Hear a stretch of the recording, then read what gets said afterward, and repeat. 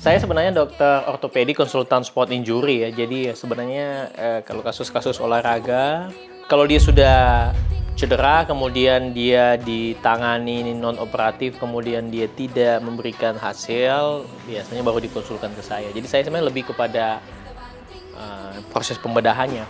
Cuma ya kalau seputar olahraga mungkin ada tips-tips ringan dari saya yang mungkin bisa jadi bahan referensi lah.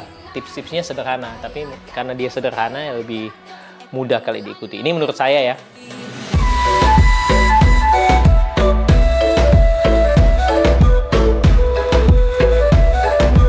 Bagaimana kita menghindari terjadinya cedera dalam olahraga? Oke, satu. Kita harus menentukan kita nih olahraga ini buat apa. Itu penting menurut saya. Apakah kita untuk prestasi, atau rekreasi saja, atau hanya untuk sosialisasi saja? Karena latihannya itu beda. Nah, ada rekreasional atlet, atau misalnya saya usianya udah 43 tahun, saya hobi main sepeda. Tapi referensinya saya itu pembalap-pembalap Tour de France misalnya. Iya, mau latihan kayak profesional atlet. Iya, menurut saya itu justru malah membahayakan, karena memang starting point-nya sudah beda, kemudian struktur tubuhnya sudah beda ya, jadi harusnya kita jangan samakan porsi latihannya. Itu banyak ketemu yang seperti itu. Jadi mereka pasiennya lupa bahwa dia itu sebenarnya bukan atlet, tapi mau latihan seperti porsi atlet. Nah, menurut saya itu kurang bijaksana. Malah adanya olahraganya bukan bikin sehat, tapi ya bikin cedera. Malah yang lebih berbahaya kalau itu malah menyebabkan kematian. Ada 3 cedera yang paling sering nih, yang angka kejadian cedera atau kejadian ketika seorang berolahraga yang bisa kita lihat. Satu, cedera muskuloskeletal, itu bidang saya ya. Misalnya sprain ankle,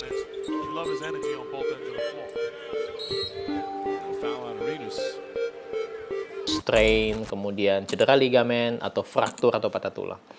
Yang kedua, cedera kepala. Cedera kepala ini karena benturan yang seperti ini. Yang ketiga ini, serangan jantung. Banyak rekreasional atlet yang mengalami serangan jantung.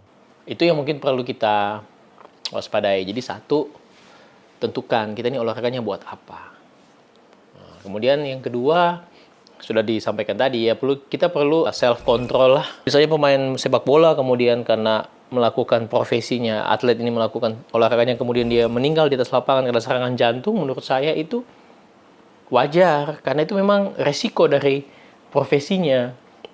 Tapi misalnya saya dokter bersepeda kemudian meninggal serangan jantung, wah, itu menurut saya itu sangat disayangkan ya.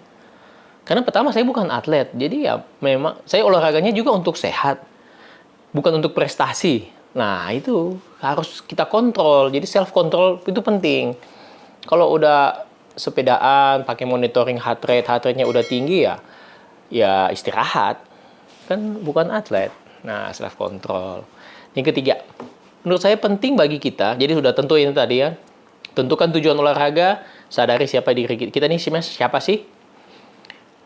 Yang ketiga, berolahraga atau ingin menekuni sebuah olahraga baik sebagai profesional, ingin jadi profesional atau mau rekreasional, dalamilah olahraga itu.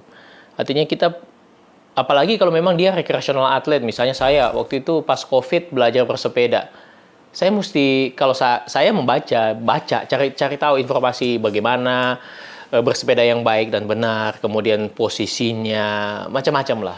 Tapi jadi, kalaupun kita nggak bisa mempersiapkan fisik untuk basicnya, minimal kita punya pengetahuan.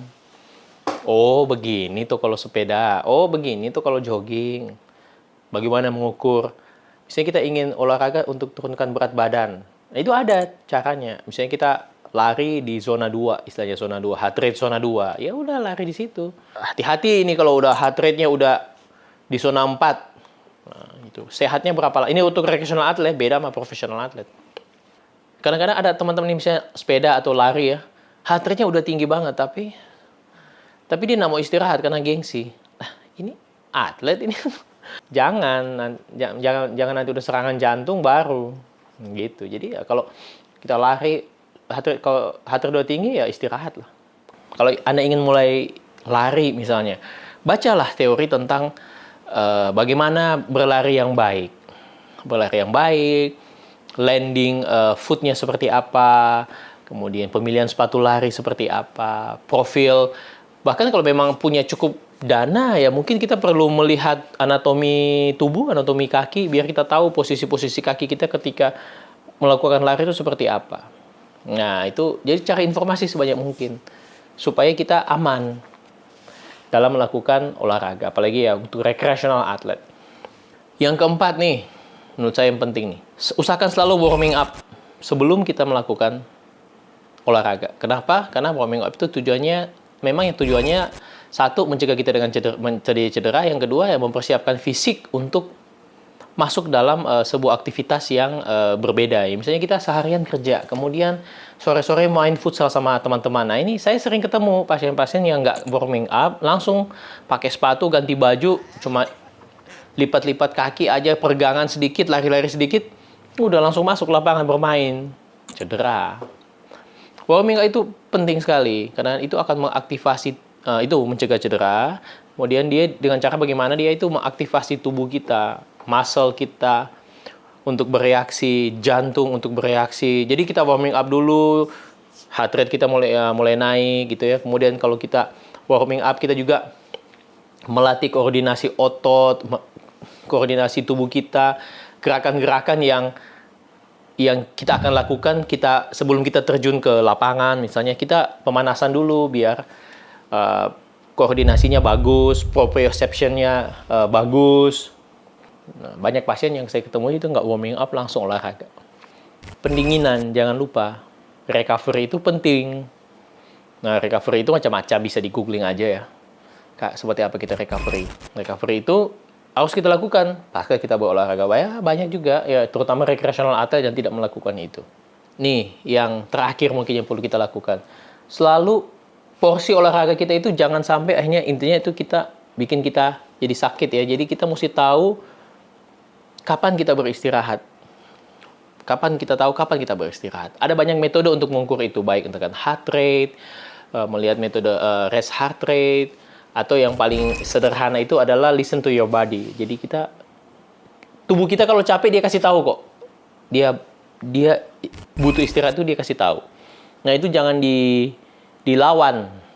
Justru kita mesti dengarkan itu. Nah, istirahat itu berbarengan dengan tentu saja makan makanan yang bergizi. Itu menurut saya sih yang sederhana sekali bagi kita, tips-tips bagaimana kita menghindari terjadinya cedera ketika kita akan melakukan aktivitas olahraga. Semoga bermanfaat.